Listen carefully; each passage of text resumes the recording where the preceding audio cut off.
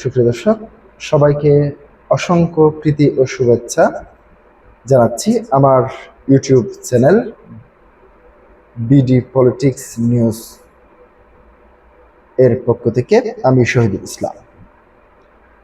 আজকে যে বিষয়টি নিয়ে আলোচনা করব, বিষয়টি হচ্ছে, আপনারা জানেন গত একদিন আগে বাংলাদেশের সাবেক প্রধানমন্ত্রী ও আওয়ামী লীগ সভাপতি শেখ হাসিনা তিনি ভারতের বেশ কয়েকটি গণমাধ্যমের একটি সাক্ষাৎকার দিয়েছিলেন। সেই সাক্ষাৎকারে তিনি যে বিষয়টি তুলে ধরেছেন সেটি হচ্ছে, আমি শীঘ্রই মাথা উঁচু করে দেশে ফিরছি।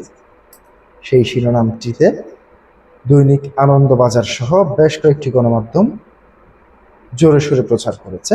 সেটি নিয়ে বাংলাদেশেও ব্যাপক আলোচনা হচ্ছে। ঠিক সেই মুহূর্তে সাবেক অন্তর্বর্তীকালীন সরকারের উপদেষ্টা ও জুলাই আন্দোলনে যাকে মাস্টার মাইন্ড হিসেবে আন্তর্জাতিক মহলে পরিচয় করে দিয়েছিলেন ডক্টর মোহাম্মদ ইউনূস, অধ্যাপক ইউনূস আন্তর্জাতিক গণমাধ্যমে মাস্টার মাইন্ড হিসেবে মাহফুজ আলমকে পরিচয় করে দিয়েছিলেন। সেই মাহফুজ আলম এবার আওয়ামী লীগ ব্যাক করেছে, এই ধরনের একটি ফেসবুক পোস্ট দিয়েছেন। এবং কি কারণে আওয়ামী লীগ ব্যাক করলো এবং আওয়ামী লীগ ব্যাক করার পেছনে তথাকথিত জুলাই গণ অভ্যুত্থানের যারা নেতৃত্ব দিয়েছেন তাদের কিংবা অন্তর্বর্তীকালীন সরকারের কিছু ভুল তিনি এখানে তুলে ধরেছেন। দর্শক, তিনি সর্বপ্রথম যে ভুলটি তুলে ধরেছেন সেটি হচ্ছে,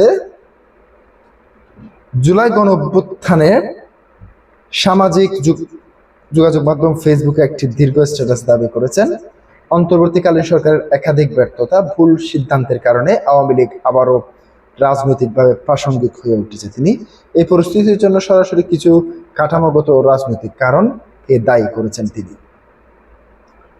স্ট্যাটাসের শুরুতে মাহফুজ আলম লেখেন, আওয়ামী লীগ রাজনৈতিক দলে আগে একটা ধর্মতত্ত্ব, সেই ধর্মতত্ত্বের ঈমান আবার ফেরত এসেছে। 2024 সালের অভ্যুত্থানকে 1971 সালের মুক্তিযুদ্ধের বিরুদ্ধে দাঁড় করানোর প্রবণতাকে তিনি প্রথম কারণ হিসেবে চিহ্নিত করেছেন।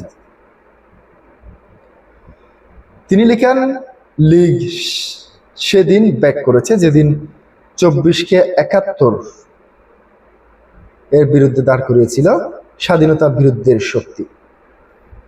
অন্তর্বর্তীকালীন সরকারের আমলা নির্ভরতাকেও তিনি কড়া ভাষায় সমালোচনা করেন। তার ভাষায়, লীগ সেদিনই ব্যাক করেছিল যেদিন অন্তর্বর্তীকালীন সরকার পলিটিক্যাল থেকে আমলাতান্ত্রিক হলো এবং আমলা নির্ভর কিচেন ক্যাবিনেট থেকে সিদ্ধান্ত নেওয়া শুরু হলো যে কিচেন ক্যাবিনেটের অধিকাংশ লোকই ছিল জামাত, বিএনপি বা আওয়ামী লীগের চুপা দালাল। ডানপন্থী উগ্রবাদদের উত্থান ও সংখ্যালঘু নিপীড়নের নীরবতাকেও তিনি আওয়ামী লীগের পুনরুত্থানের কারণ হিসেবে দেখেছেন। তিনি লিখেছেন, লীগ সেদিনই ব্যাক করেছিল যেদিন উগ্রবাদীরা মাজারে হামলা করেছে, মসজিদ থেকে ভিন্ন মতাবলম্বীদের বের করে দিয়েছে। লীগ সেদিনই ব্যাক করেছে যেদিন হিন্দুদের ওপর নিপীড়ন নিয়ে মজলুমগণ চুপ ছিল। ছাত্র আন্দোলনের বিপ্লবী সম্ভাবনা নষ্ট হওয়ার নিয়েও তিনি হতাশা প্রকাশ করেন। তার মতে, লীগ সেদিনই ব্যাক করেছিল যেদিন ছাত্ররা বিপ্লবী সংগঠনের রূপ না নিয়ে লুণ্ঠন চরিত্রের ক্লাব আর মবের রূপ নিয়েছিল।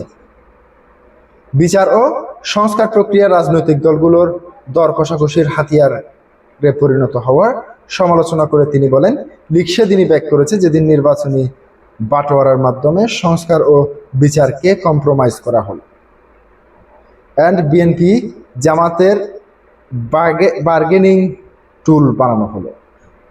জুলাই ঘোষণাপত্র প্রক্রিয়া দুর্বল হয়ে পড়াকেও তিনি একটি বড় ব্যর্থতা হিসেবে দেখছেন। তার ভাষায়, লীগ সেদিনই ব্যাক করেছিল যেদিন জুলাই ঘোষণাপত্র কিংবা সনদের প্রক্রিয়া তুলে দেওয়া হয়েছিল আমলাতন্ত্র আর বেস্টেড ইন্টারেস্ট গ্রুপের হাতে।